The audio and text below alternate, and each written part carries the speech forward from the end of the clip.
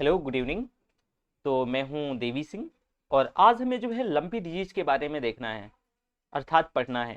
ये जो lumpy disease है ना, ये 75,000 से ज़्यादा गायों की जान ले चुका है अब तक। और ये भारत में समझो ही कि गायों के लिए कोरोना है। ये जो गाय भैंस है, ये गोवंश के लिए कोरोना है। मतलब ये कोरोना से डिफरेंस है, पर मजाक के लहजे में आप कह लो कि जैसे कि कोरोना की दूसरी लहर जो है मनुष्यों में एक तरीके से, मतलब उनके लिए ये यमराज बन के आई थी। इसी तरह जो लंपी वायरस है ना, ये गायों के लिए यमराज बन के आया है।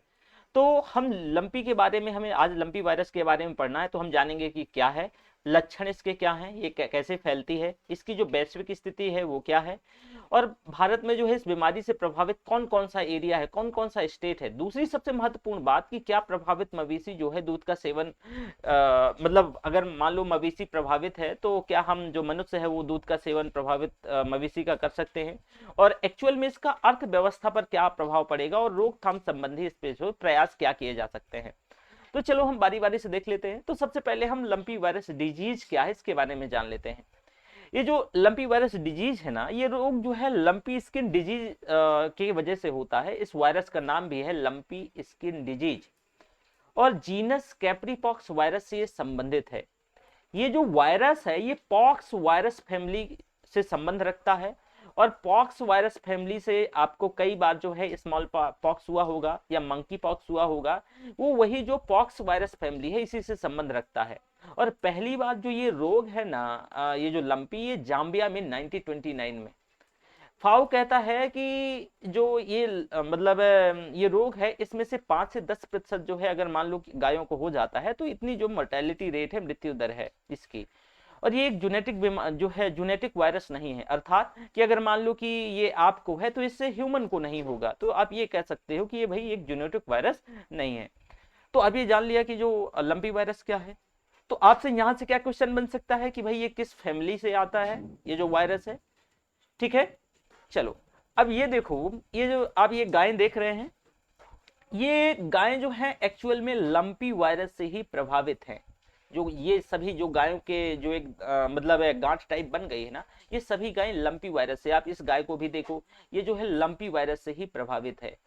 और ये गायें जो ये गांठें हैं, एक्चुअल में पहले गांठ होती है, ये गांठ सॉलिड टाइप हो जाती है, फिर सूख जाती है, और सूखने के बाद ये घाव बन जाती है, और ये बहुत ही दर्दनाक होती है, बहुत पेनफुल होती है, बहुत दर्द देती है। ये जो है ये जो लंपी वायरस के चलते जो गांठ बन गई है।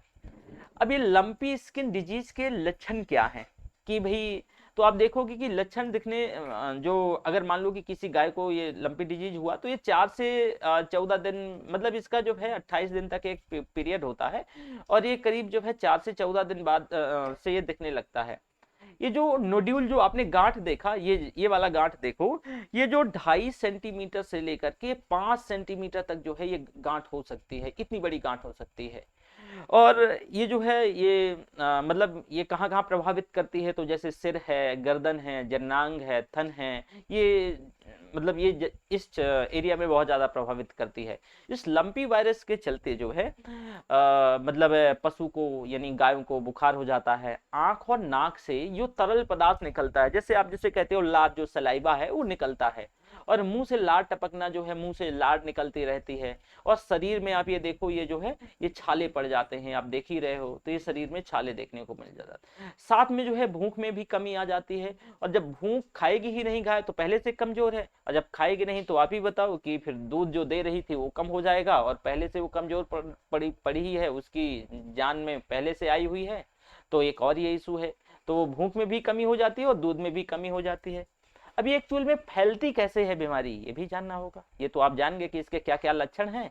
अब ये फैलती है बीमारी कैसे है कि जो मच्छर है, मच्छरों से, मक्खियों से, तो ये जो बैक्टर, मान लो कि जैसे कि ऐसे समझो कि ये गाय है, इसको लंपी वायरस हो गया, और एक मच्छर आया, और जब एक मच्छर आया तो क्या किया कि इसको काटा, और उसको काट करके जो है दूसरी गाय को काट लिया, तो उसको भी जो वो इन्फेक्टेड हो जाएगी। अब जैसे इसमें आप देखो कि ये इन्फेक्टेड बैक्टर है, ये हेल्दी कैटल है, ये इन्फेक्टेड बैक्टर है, आया यहाँ पर।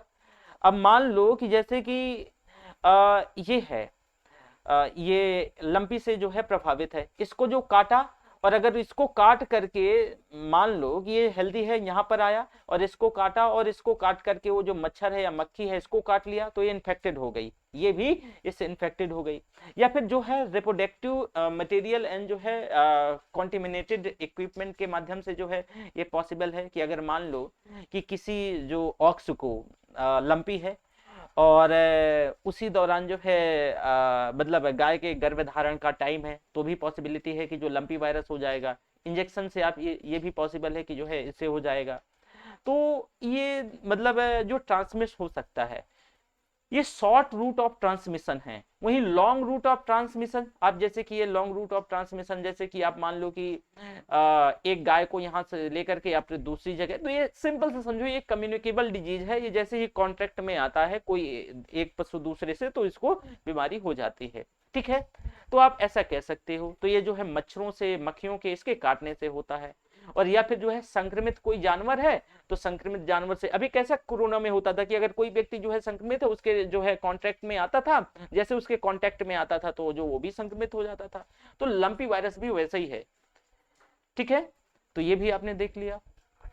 अब देखो कि मैंने जैसे कि आपको बताया कि जो लंपी वायरस से करीब 75,000 से ज्यादा गायें जो है अलग अलग स्टेट में मर गई हैं। और आप अंदाजा लगाओ, ये जो है गायों की जो है लॉस ही है, आप इस क्षेत्र में देख सकते हैं। इससे लंपी वायरस तो है ही, और प्रकार की भी तो बीमारियां फैली सकती है ना। इसके साथ साथ आप देखो कि वैश्विक स्थिति क्या है। तो सबसे पहले जो है जाम्बिया अफ्रीका में, फिर इसके बाद ये पश्चिम एशिया में आया, और फिर दक्षिण यूरोप में, और मध्य एशिया में, और मध्य एशिया के बाद दक्षिण एशिया में, फिर चीन में, और चीन के बाद ये भारत में। 2019 में जो है बांग्लादेश में आया, और 2019 में ही भारत में भी जो है पहली बार पश्चिम बंगाल और उड़ीसा वाले एरिया में जो है इसके केस देखे गए। ठीक है, तो ये वैश्विक स्थिति की सबसे पहले अफ्रीका, और इसके बाद जो है 2019 में आपको यहां देखी गई। लेकिन इस समय जो गुजरात वाला एरिया है बहुत ज्यादा प्रभावित है। दूसरा कि क्या प्रभावित मवेशी का जो दूध है उसका सेवन करना ठीक है, सुरक्षित है? तो जो फाओ है वो कहता है कि हाँ ठीक है, सुरक्षित है, कोई बात नहीं है। कि अगर मान लो जो फूड एग्रीकल्चर ऑर्गेनाइजेशन है तो कह रहा है कि कोई समस्या नहीं है, जो दूध में वायरस नहीं मिला है, दूध में वायरस नहीं पाया गया है। और दूसरी बात कि भाई जो आप दूध यूज करते हो तो उबाला जाता है, सुखाया जाता है, सुखा करके जो पाउडर वगैरह बनाते हो, तो ये है, तो इसके चलते जो है बहुत मतलब पॉसिबल ही नहीं है। दूसरा, वायरस जो है निष्क्रिय नष्ट हो जाता है जैसे ही आप सुखाओगे या उबालोगे, तो ये भी है। और ये जो है गैर जेनेटिक रोग है। ठीक है, गैर जेनेटिक मैंने बताया कि भाई ये जो है इससे मानव में नहीं हो सकता है। इसके साथ अर्थव्यवस्था पर क्या प्रभाव पड़ेगा, ये भी महत्वपूर्ण है। तो देखो भारत में जो दुग्ध उत्पादन है वो 20 करोड़ 80 लाख टन। ये कब का है? 2020-21 का, जब जो है लंपी नहीं था या ना के बराबर था, हालांकि टच में आ गया था 2019 में। और जो है साल 2020-21 में भारत का जो डेयरी उद्योग है इसका जो अगर हम मॉनेटरी वैल्यू देखें तो 13 लाख करोड़ रुपए की। और कुल जो गोवंश की संख्या है, ये गोवंश जो पिछले वर्ष जो है जो जनगणना हुई थी तो 19 करोड़ थी। 19 करोड़ में दरअसल जो है कि जैसे गाय सारा जो गोवंश में आता है, तो जैसे कि भेड़, बकरी, गाय, वो सारा सब कुछ इसमें से जो है जोड़ा जाता है। करीब इसमें से 14.5 करोड़ लगभग गाय और 11 जो है भैंस, 11 करोड़ के आसपास। और इस वायरस से सबसे ज्यादा प्रभावित जो मतलब जो स्टेट है वो है राजस्थान। और राजस्थान में देखा गया है कि इस लंपी वायरस के चलते जो गोवंश में जो दूध की कमी हुई है वो करीब 3 से 6 लाख लीटर टन कम उत्पादन हो गया है। डेली बेसिस की बात हो रही है। तो आप खुद ही सोचो कि ये जो है आपका डेयरी क्षेत्र कितना प्रभावित होगा। और जब डेयरी क्षेत्र इतना प्रभावित होगा तो आय का भी तो नुकसान होगा। जो लोग जो है जिनकी निर्भरता जो है इसी पर होगी, दुग्ध उत्पादन या डेयरी पर, तो उसका। और दूसरा कि जो लोग इसमें काम कर रहे होंगे तो उनका बेरोजगारी का भी तो खतरा है कि अगर मान लो पशु ही नहीं रहेंगे तो किसको चराएंगे। दूसरी बात यह कि जानवरों की मृत्यु से जो है आजीविका पर खतरा बढ़ जाएगा। ठीक है, तो ये तो आप अर्थव्यवस्था पर प्रभाव है। अब रोकथाम और उपचार संबंधी प्रयास क्या हो सकते हैं, कि कैसे हो सकते हैं? तो एक तो कीटनाशकों का छिड़काव किया जाए। कीटनाशकों के छिड़काव से क्या हो जाएगा कि जो मतलब मच्छर मक्खी है वो मर जाएगा। तो भाई जो मतलब एक से दूसरी जगह जो ट्रांसमिशन है, जो शॉर्ट रूट ट्रांसमिशन है, वो रुक जाएगा। दूसरी बात कि संक्रमित पशुओं को क्वारंटीन करना होगा। कोविड 19 में हम लोग क्या कर रहे थे कि अगर आपको जो है कोविड 19 पाया गया तो आपको क्वारंटाइन कर दिया जा रहा था। इसी तरह इसको भी जो है पशुओं को एक बाड़े में आप जो है क्वारंटाइन कर दो, जो संक्रमित पशु हैं, दूसरों को जो है दूसरी जगह रख दो। तीसरा कि गोजाति पशुओं की आवाजाही पर नियंत्रण, कि भाई एक स्टेट से दूसरे स्टेट, अभी जैसे कि महाराष्ट्र सरकार ने इस बात को कहा कि भाई जो है प्रॉपर जो एक से दूसरे स्टेट जो है मतलब व्यापार होता है वो अभी पूरी तरीके से रोक दिया जाए। और इसका एक जैसे कि कोविड 19 में देखा कि उसके लक्षण के आधार पर उसका इलाज हो रहा था, ठीक है, बल्कि उसका कोई ऐसा इलाज नहीं था, प्रभावी इलाज नहीं था, प्रभावी कोई वैसा नहीं था, और अभी तक इसका कोई प्रभावी टीकाकरण भी नहीं है। लेकिन हाँ, एक वैक्सीन है जो गोट पॉक्स वैक्सीन, और ये वैक्सीन करीब 80% जो है इसमें से कारगर है, तो इस पे काम चल रहा है। दूसरा कि भारतीय कृषि अनुसंधान परिषद जो है ICAR, तो इसके दो संस्थान मतलब तो इनने 2 वैक्सीन जो है तैयार करी है और अभी उस पर काम चल रहा है। दूसरी बात कि इसमें से प्रभावित त्वचा के लिए जो है मतलब और जो काम किए जा सकते हैं उपचार, कि भाई जो नॉन स्टेरॉइडल हैं, जो एंटी इन्फ्लेमेटरी हैं, जो एंटीबायोटिक्स दवा हैं, उनको दे करके भी जो है इसमें से थोड़ा बहुत जो है रोकथाम की जा सकती है। तो हमने लंपी वायरस के अंतर्गत सारी चीजों को हमने डिटेल में देख लिया, सारा सब कुछ हमने पढ़ लिया। अब जैसे ये मैंने आपको बताया, ये ध्यान रखिएगा कि भाई ये हेल्दी कैटल है, ये यहाँ से जो है इन्फेक्टेड कैटल पे आया और ये जो है इनको दोनों को हो गया, ठीक है।